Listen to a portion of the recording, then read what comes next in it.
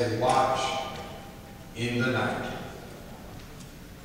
Thou carriest them away as with a flood. They are as asleep in the morning. They are like grass which groweth up. In the morning it flourisheth and groweth up. In the evening it is cut down and withereth. For we are consumed by thy anger, and thy wrath are we troubled. Thou hast set our iniquities before thee, our secret sins in the path, the light of thy countenance. For all our days are passed away in thy wrath. We spend our years as a tale that is told.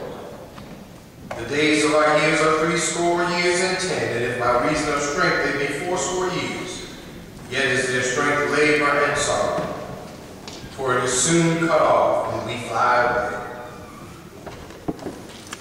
Who knoweth the power of thine anger, even